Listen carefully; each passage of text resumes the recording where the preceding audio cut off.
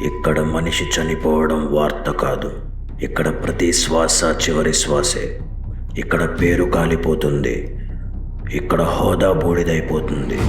ఇక్కడ ధనికుడు పేదవాడు ఒకే మంటలో సమానంగా మండిపోతాడు. ఇక్కడ మనిషి విలువ కట్టెల బరువులో కొలుస్తారు. నువ్వు చెప్పేది ధైర్యమా లేదా అద్దు దాటిన పిచ్చితనమా?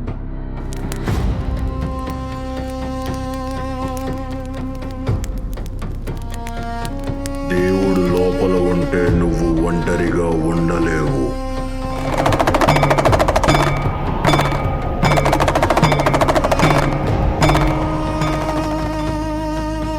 దేవుడు బయట ఉంటే నీకు భయం ఉండేది కాదు.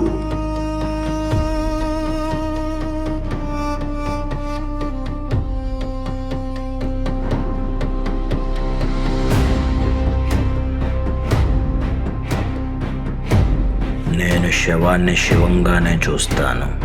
హర హర్ మహాదేవ్.